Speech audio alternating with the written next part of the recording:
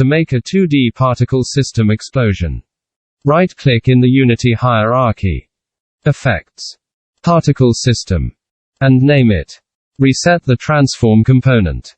Under the Emissions tab, set rate over time to 0 and create a burst with 250 particles to make it like an explosion. Under the Shapes tab, change the shape to sphere to add depth. Under the Renderer tab, change the material from the default particle system to the sprite default. Back to the top of the component. Set the duration to 3 seconds. Change the particle's start lifetimes to random between 2 constants and set it between 2 and 3 seconds.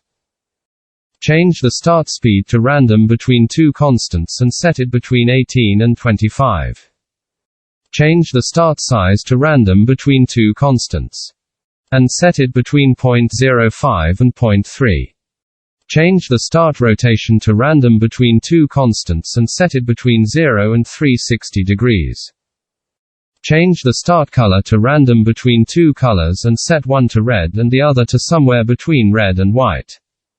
Enable the Color Over Lifetime tab and make the gradient fade out over time by setting the alpha at 100% to 0. Uncheck looping and play on awake. Now you can go into the scene view and click play to see what the explosion looks like. You can modify any of these values to customize it to your own particle system. This is just a base reference. Through code you can trigger the particle system by referencing it and then calling the play function.